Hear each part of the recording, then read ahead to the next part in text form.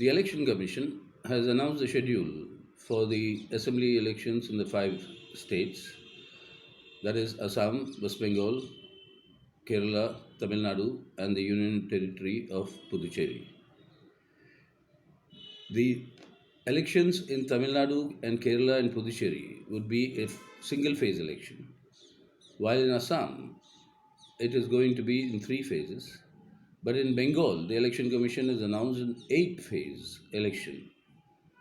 Why this decision, we are not aware of. Election Commission has not made it clear. But the fact remains, in our parliamentary democracy, is the Election Commission that has the final authority to declare the dates of the election. And since that is something that is absolutely necessary for every political party to adhere to, we adhere to with that schedule.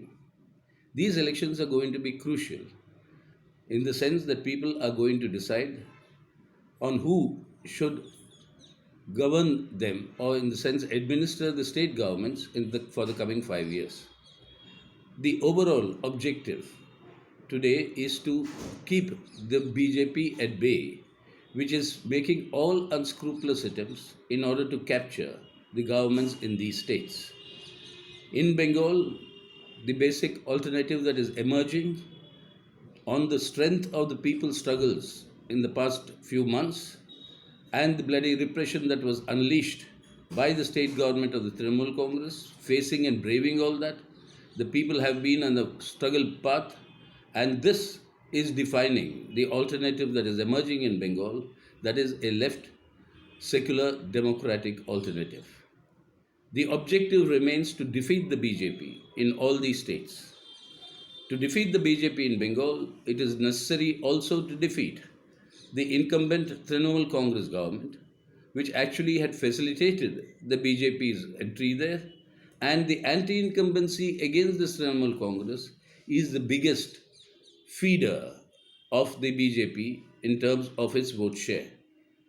Now, in order to prevent that, it's essential that both will have to be defeated for the future of Bengal and for the future of India. In Kerala, the battle has always been between the Left and Democratic Front and the United Democratic Front headed by the Congress.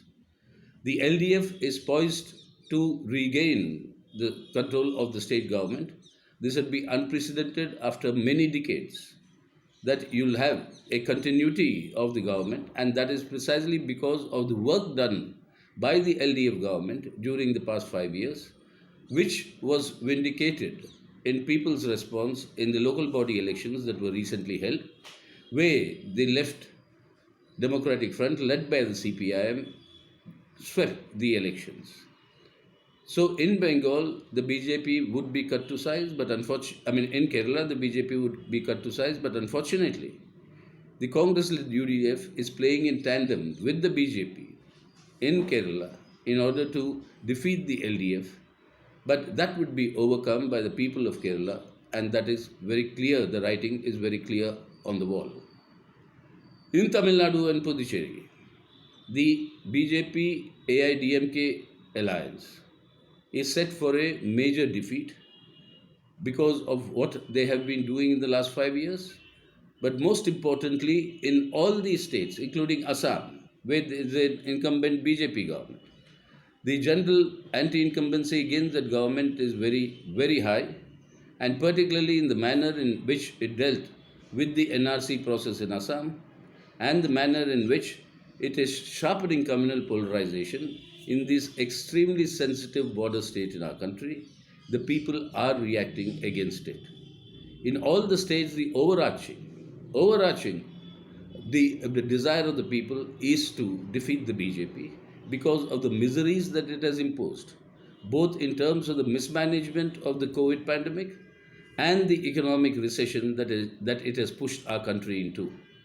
The prices of fuel products, petrol, diesel, cooking gas, have grown abnormally high due to abnormally high central taxes that the Modi government has been imposing. It is mopping up revenues for itself at the expense of people's miseries, and people are unwilling to tolerate such miseries anymore. These will have to be put to an end to, which will mean defeating the BJP squarely in all these states that are going to the polls. The CPIM is in the lead to mobilize the anti BJP forces, to mobilize the people for an alternative policies which are pro people and anti the current BJP government and its policies of looting our nation's wealth and aggrandizing the rich at the expense of impoverishing the poor. The BJP has to be defeated to save India and to change India for the better, and that is the message that is reverberating in all these states.